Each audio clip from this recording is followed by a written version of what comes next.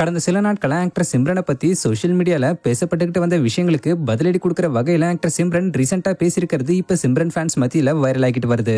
ஆக்சுவலா கொஞ்ச நாளைக்கு முன்னாடி வலைபேச்சு யூடியூப் சேனல்ல உள்ளவங்க சிம்ரன் வந்து ஆக்டர் விஜய் கிட்ட உங்களை வச்சு நான் ஒரு படம் தயாரிக்க விரும்புறேன், சோ டேட் கொடுப்பீங்களான்னு சொல்லி கேட்டதாவும், அதுக்கு ஆக்டர் விஜய் எப்பவுமே என்னோட படங்கள் ரிலீஸ் ஆகும் போது ஏகப்பட்ட சிக்கல் வரும், பிரச்சனைகள் எங்க இருந்து வருதுன்னே தெரியாது, அதெல்லாம் நீங்க தாங்கவே மாட்டீங்க, அதனால அதெல்லாம் வேண்டாம், நீங்க நல்லா ஹாப்பியா இருங்கன்னு சொல்லி அனுப்பிட்டதாவும் வலைபேச்சுல பேசியிருந்த விஷயம் சோஷியல் மீடியால வைரலா பேசப்பட்டுக்கிட்டு வந்த நிலையில ரீசெண்டா ஆக்டர் சிம்ரன் இத பத்தி பேசி ஒரு போஸ்ட தன்னோட எக்ஸ் பேஜ்ல ஷேர் பண்ணிருக்காங்க.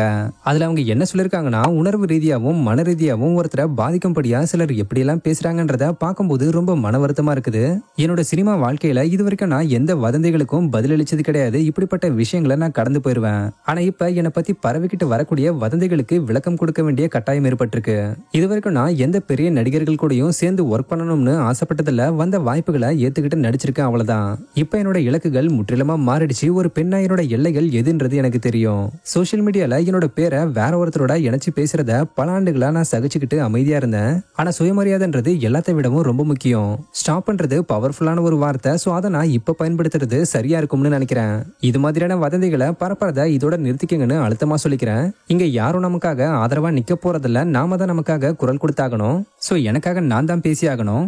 எனக்குமே நான் என்னோட அடையாளத்தை தப்பா பயன்படுத்தினதில்ல, எது சரியோ அது பக்கம் தான் நின்றுக்கிறேன். சோ இதே அளவிலான நேர்மையை நான் இண்டஸ்ட்ரியில உள்ளவங்க கிட்ட இருந்தும் எதிர்பார்க்கிறேன். அப்புறம் என்ன பத்தி பொய்யான வதந்திகளை பரப்புறவங்க என்கிட்ட மன்னிப்பு கேட்டாகணும்னு ஆக்டர் சிம்ரன் ரொம்ப எமோஷனலாவும் ஆதங்கப்பட்டும் பேசியிருக்காங்க. இதை தொடர்ந்து இந்த போஸ்ட பார்த்த ஆக்டர் சிம்ரனோட ஃபேன்ஸ் பலரும் கடுப்பாகி வலைபேச்சில் உள்ளவங்களை டேக் பண்ணி ஏன் இப்படி தேவையில்லாம ஒருத்தங்களை காயப்படுத்துறீங்கன்னு சொல்லி திட்டி கமெண்ட்ஸ் பண்ணிக்கிட்டு வராங்க. ஆக்சுவலா ஏற்கனவே வலைபேச்சுக்காரங்க ஆக்டர் யோகி பாபு கிட்ட பிரச்சனை பண்ணி அது வைரலான விஷயம் உங்க எல்லாருக்குமே தெரியும்னு நினைக்கிறேன். இதை தொடர்ந்து இப்ப ஆக்டர் சிம்ரன் கிட்டையும் இந்த ஒரு விஷயத்த பண்ணிருக்காங்க. சோ ஆக்டர் சிம்ரன் கேட்டுக்கிட்டது போல வலைபேச்சு மன்னிப்பு கேட்பாங்களான்றத வெயிட் பண்ணி பார்ப்போம்.